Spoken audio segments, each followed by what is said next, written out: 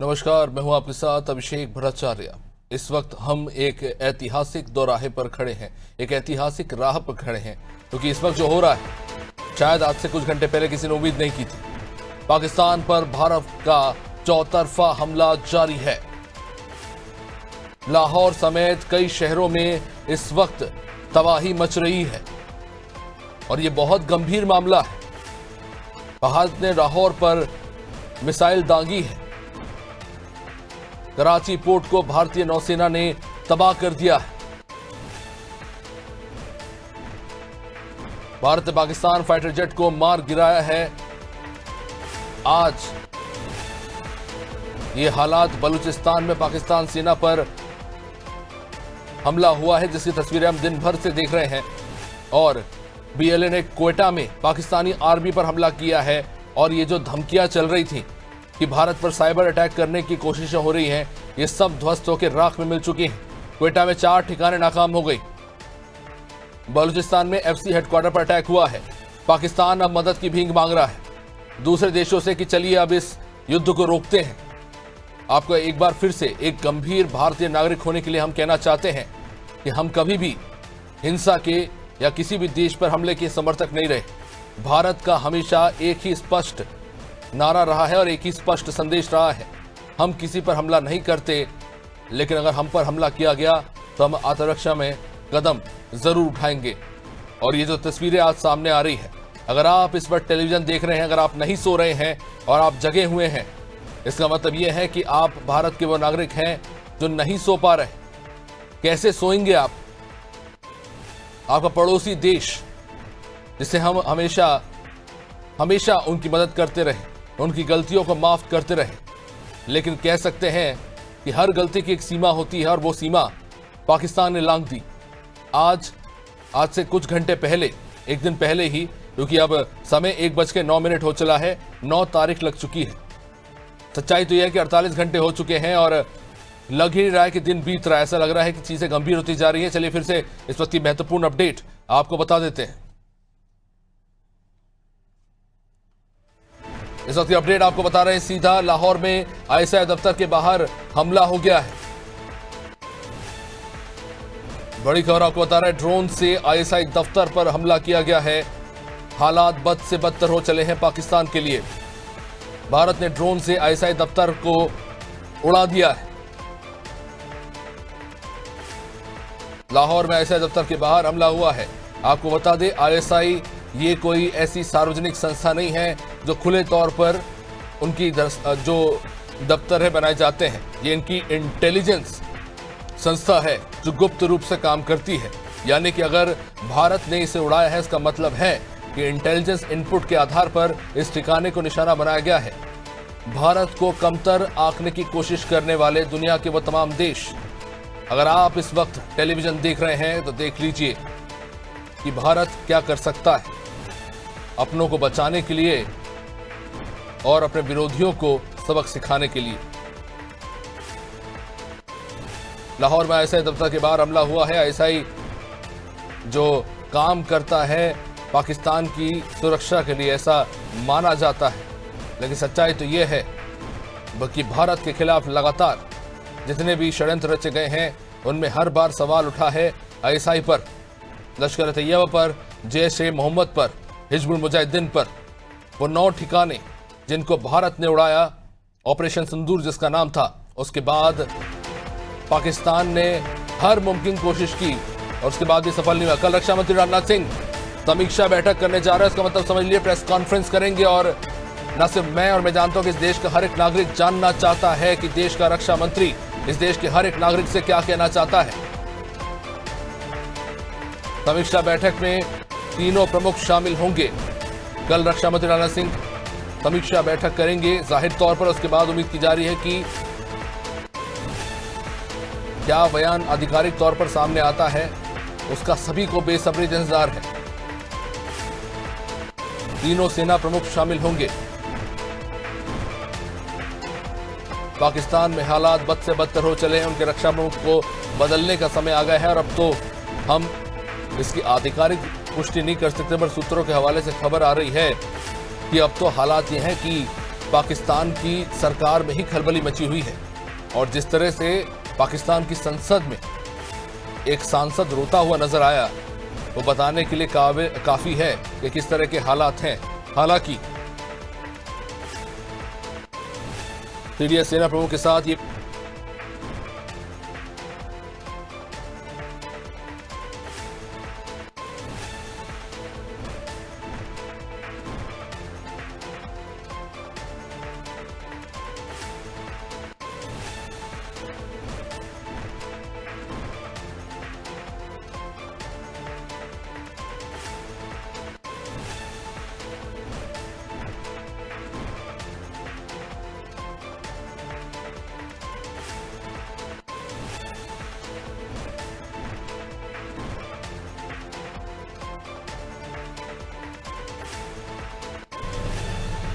CDS सेना प्रमुख के साथ करेंगे समीक्षा। और ये महत्वपूर्ण बैठक होने जा रही है क्योंकि इस वक्त बीते कह सकते हैं कि इतने सालों में ये ऐतिहासिक पड़ाव पर भारत और पाकिस्तान के रिश्ते खड़े हैं।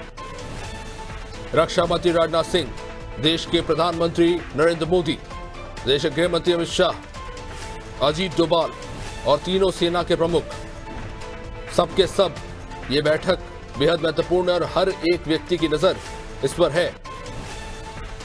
पाकिस्तान जो अपने आप को बहुत काबिले मजदूर समझता था, आज उन्हें मुंह तोड़ जवाब मिला है। और भारत इन कमजोर स्थिति में भी माकूल कदम ही उठा रहा है। पाकिस्तान की आवाम से भारत ने हमेशा वैसे ही सभ्यता दिखाई है जैसी अपने देश के लोगों के साथ। लेकिन क्या पाकिस्तान की सरकार और उनकी सेना ने ऐसा किया? ये एक बड़ा सवाल है।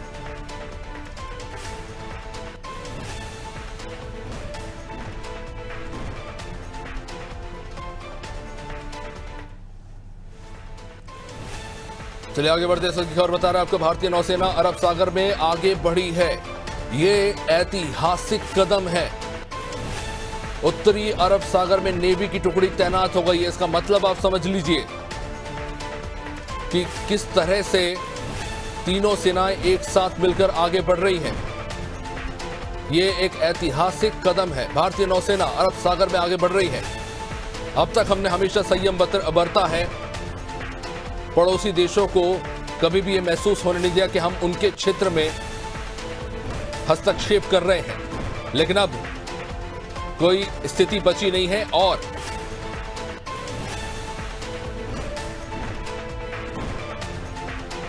भारतीय नौसेना अरब सागर में आगे बढ़ रही है। यह देखना बेहद महत्वपूर्ण है कि अब आगे क्या होता है। और सबसे पहले आपको जरूर दिखाना चाहेंगे पहलगाम हमला जो हुआ, हमारे देश के 25 लोग, नेपाल का एक मासूम नागरिक मारा गया। हमें कमजोर समझने की गलती की गई। और उसके बाद क्या हुआ, देखिए इस रिपोर्ट में।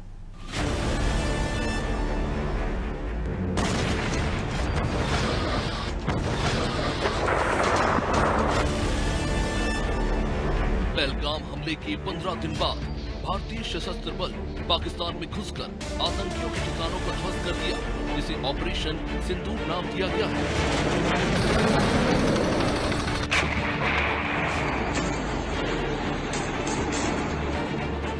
बुधवार की रात 1:05 से लेकर 1:30 के बीच भारतीय सशस्त्र बल ने इस मिशन को अंजाम दिया और लश्कर-ए-तैयबा, जैश-ए-मोहम्मद और हिजबुल मुजाहिदीन के हेडक्वार्टर्स को मिट्टी में मिला दिया। ऑपरेशन की टाइमिंग और ऑपरेशन को जिस तरह से अंजाम दिया गया, आतंकियों को भनक तक नहीं लगी और चंद मिनट में आतंकियों के ठिकाने तबाह हो गए। अब तक जो जानकारी मिली है उसके अनुसार आतंकियों के 9 कैंप को निशाना बनाया गया और तबाह कर दिया गया। हाईटेक वेपनरी का इस्तेमाल, आतंकी ठिकानों पर सटीक हमला। मात्र 20 मिनट में भारतीय सशस्त्र बलों ने इस ऑपरेशन को अंजाम दिया। रात 1:05 से 1:25 तक ऑपरेशन सिंदूर चला। इंटेलिजेंस इनपुट के आधार पर इस पूरे ऑपरेशन को अंजाम दिया गया। 2016 उरी और 2019 बालाकोट के बाद सबसे बड़ा जवाबी हमला। पाकिस्तान और पीएके में आतंकी ठिकानों को ध्वस्त किया गया। जैश-ए-मोहम्मद के 4 आतंकी ठिकानों को तबाह कर दिया गया। लश्कर-ए-तैयबा के 3 आतंकी ठिकानों को तबाह कर दिया गया। हिजबुल मुजाहिदीन के 2 आतंकी ठिकानों को तबाह कर दिया गया। पहलगाम आतंकी हमले के 2 हफ्ते बाद ऑपरेशन सिंदूर को अंजाम दिया गया और पाकिस्तान में पोषित आतंकी ठिकानों को तबाह कर दिया गया। ऑफिशियल स्टेटमेंट के मुताबिक बेहद सटीक तरीके से इस पूरे ऑपरेशन को अंजाम दिया गया। भारतीय सशस्त्र बलों ने अब से कुछ समय पहले ऑपरेशन सिंदूर संचालित किया, जिसके तहत पाकिस्तान और पाकिस्तान के अवैध कब्जे वाले जम्मू कश्मीर में आतंकवादियों के ठिकानों पर हमला किया गया। ये ऐसे चिन्हित स्थान है जहां से भारत के खिलाफ आतंकवादी हमलों की योजना बनाई गई और उन्हें निर्देशित किया गया। कुल मिलाकर 9 ठिकानों को निशाना बनाया गया है। भारत की ये कार्रवाई केंद्रित, नपी तुली और बिना किसी उकसावे वाली रही है। इस दौरान किसी भी पाकिस्तानी सैन्य प्रतिष्ठान को नुकसान नहीं पहुंचाया गया है। भारत ने अपने लक्ष्यों के चयन और उन्हें निशाना बनाने में काफी संयम दिखाया है। ये कार्रवाई पहलगाम में हुई बर्बरतापूर्ण आतंकवादी हमले के जवाब में की गई है। इस कायराना आतंकी हमले में 25 भारतीय और नेपाल के एक नागरिक की हत्या कर दी गई थी। भारतीय सशस्त्र बल इस प्रतिबद्धता पर खरे उतरे हैं कि आतंकी हमले के लिए जिम्मेदार लोगों को जवाबदेह ठहराया जाएगा। सुप्रभात देवियों और सज्जनों, मैं कर्नल सोफिया कुरैशी और मेरे साथ विंग कमांडर व्योमिका सिंह आज आपको 6 से 7 मई 2025 की रात 1:05 से 1:30 बजे के बीच भारतीय सशस्त्र बलों द्वारा अंजाम दिए गए ऑपरेशन सिंदूर के बारे में जानकारी देंगे। ऑपरेशन सिंदूर 22 अप्रैल को पहलगाम में हुए विभत्स आतंकवादी हमले के शिकार मासूम नागरिकों व उनके परिवारों को न्याय देने के लिए लॉन्च किया गया था। इस कार्रवाई में 9 टेररिस्ट कैंप्स को टारगेट किया गया और पूरी तरह से इसे बर्बाद किया गया। पाकिस्तान में पिछले 3 दशकों से टेरर इंफ्रास्ट्रक्चर का निर्माण हो रहा है। इसमें recruitment, indoctrination centres, training areas व लॉन्च पैड शामिल थे, जो पाकिस्तान और पाक अधिकृत जम्मू कश्मीर POJK दोनों में फैले हैं। मुंबई आतंकी हमले के बाद पहलगाम में हुआ ये सबसे बड़ा आतंकी हमला था, जिसमें 26 लोगों की गोली मारकर हत्या कर दी गई थी। इस हमले के बाद TRF, द रेजिस्टेंट फ्रंट ने हमले की जिम्मेदारी ली। इस आतंकी हमले से जुड़ी इंटेलिजेंस रिपोर्ट में ये बात सामने आई, पाकिस्तान से आतंकियों के साथ किस तरह से कम्युनिकेट किया जा रहा था, जिसके बाद भारत ने इंटेलिजेंस इनपुट के आधार पर इन आतंकी ठिकानों को निशाना बनाया। ये आतंकी ठिकाने जिसके चलते क्रॉस बॉर्डर टेररिज्म में कई मासूमों ने जान गंवाई है। क्रॉस बॉर्डर टेररिज्म भारत में 350 नागरिकों ने बीते 1 दशक में गंवाई जान। बीते 1 दशक में आतंकी घटनाओं में 800 लोग घायल हुए। इन घटनाओं में भारत की रक्षा करते हुए 600 जवान शहीद हुए। 1400 से भी ज्यादा भारतीय जवान इन आतंकी घटनाओं में घायल हुए। पाकिस्तान बीते 3 दशकों से सिस्टमैटिकली आतंकी इन ठिकानों का निर्माण कर रहा था, जहां से पाकिस्तान की सारी आतंकी गतिविधियां ऑपरेट की जा रही थी। कर्नल सोफिया कुरैशी और विंग कमांडर व्योमिका सिंह ने एक विस्तृत प्रेजेंटेशन दिया कि इस ऑपरेशन को किस तरह से अंजाम दिया गया। यहाँ पाकिस्तान के आतंकी ठिकानों को लेकर जानकारी दी गई और बताया गया कि किस तरह से पाकिस्तान के बनाए आतंकी इंफ्रास्ट्रक्चर का इस्तेमाल भारत की सीमा में घुसपैठ और आतंकी हमलों के लिए किया जा रहा था। इन ठिकानों पर आतंकियों की भर्ती से लेकर ट्रेनिंग दी जाती थी। ये आतंकियों के लॉन्च पैड थे, जिसे भारतीय सशस्त्र बलों ने ध्वस्त कर दिया, जो पाकिस्तान और पाकिस्तान के कब्जाए कश्मीर में भी ऑपरेट हो रहे थे, जिनके ठिकानों को मिट्टी में मिला दिया गया। जिन ठिकानों को ध्वस्त किया गया उनके नाम है मरकज सुभान अल्लाह बहावलपुर जैश ए मोहब्बत, सरदर तेहरा कला जैश ए मोहब्बत, मरकज अब्बास कोटली जैश ए मोहम्मद, सैयदना बिलाल कैंप मुजफ्फराबाद जैश ए मोहम्मद, मरकज तैयबा मुरीद की लश्कर तैयबा, शवाई नाला कैंप मुजफ्फराबाद लश्कर तैयबा, मरकज अहले हदीस बरनाला लश्कर तैयबा, महमूना जोया सियालकोट हिजबुल मुजाहिदीन, मस्जिद रहीम शहीद कोटली हिजबुल मुजाहिदीन। पहलगाम आतंकी हमले में 26 मासूमों ने जान गंवाई। उनके और उनके परिवारों ने जो तकलीफें सही, उसी का बदला ऑपरेशन सिंदूर है। इस ऑपरेशन से जुड़े जो डिटेल भारतीय सेना ने सामने रखे, वो पूरी दुनिया को दिखाने के लिए काफी है कि किस तरह से पाकिस्तान आतंकी हमलों में शामिल है और आतंकियों को पनाह देता है। चलिए इस वक्त की बड़ी खबर आपको बता रहे हैं सीधा जम्मू एंड कश्मीर से। जम्मू एंड कश्मीर में घुसपैठ की कोशिश हुई है और घुसपैठ की कोशिश नाकाम कर दी गई है। सामा में घुसपैठ की कोशिश नाकाम की गई। घुसपैठियों को बीएसएफ ने ढेर कर दिया है।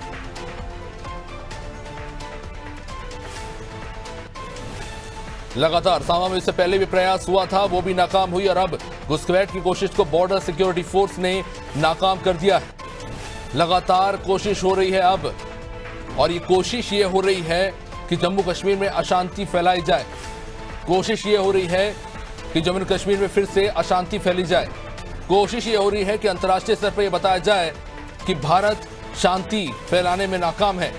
पर सच्चाई हम सब जानते हैं कि 48 घंटों में पाकिस्तान ने एक बार नहीं, दो बार नहीं, तीन बार नहीं, लगातार पाकिस्तान पर भारत पर हमले किए। ये पाकिस्तान की हरकतें अब भी रुकने का नाम ले रही है और अब जम्मू कश्मीर में घुसपैठ की कोशिश को नाकाम किया गया है। बीएसएफ ने ढेर कर दिया है घुसपैठियों को, और ये बताता है कि हवाई मोर्चे पर नाकाम होने के बाद, ड्रोन से नाकाम होने के बाद, फाइटर जेट से नाकाम होने के बाद, अपना एयर डिफेंस सिस्टम गंवाने के बाद, अब पाकिस्तान के बाद कुछ नहीं बचा तो अपने कुछ चूहे उनने छोड़ दिए हैं बॉर्डर पार करके छिछली हरकत करने के लिए। पर आप याद रखिए, border security force hyper trend होते हैं। गांव की मिट्टी में जन्म लेने वाले जवान जो बीएसएफ पे भर्ती होते हैं, देश की सेवा के लिए मर मिटते हैं। बीएसएफ के जवान किसी को छोड़ते नहीं। पाकिस्तान को एक गलत फहमी थी कि शायद घुस जाएंगे, लेकिन वहां पे मुंह तोड़ जवाब दिया है और बीएसएफ ने इन घुसपैठियों की तमाम हरकतों को नाकाम कर दिया। बीएसएफ ने ढेर किया। हमारे पास आंकड़े नहीं है कि कितने घुसपैठिए थे इस वक्त। जाहिर तौर पर इस वक्त जिस तरह के हालात हैं, लगातार अपडेट्स हो रही हैं खबरें, और हम आप तक जरूर आंकड़े पहुंचाएंगे। लेकिन हमारी कोशिश ये है कि आप तक जरूरी खबरें जरूर पहुंचे, क्योंकि आप इस वक्त आज सो नहीं पा रहे और भारतीय सेना के हमले से पाकिस्तान जिस तरह से थर्राया हुआ है, ये ना सिर्फ हमसे, हमारे पड़ोसी देशों से, बल्कि पूरे विश्व से छुपा नहीं है। रावलपिंडी स्थित सेना मुख्यालय पर हमला हुआ है इस वक्त। भारतीय सेना के हमले से अब पाकिस्तान पूरी तरह से कांप रहा है।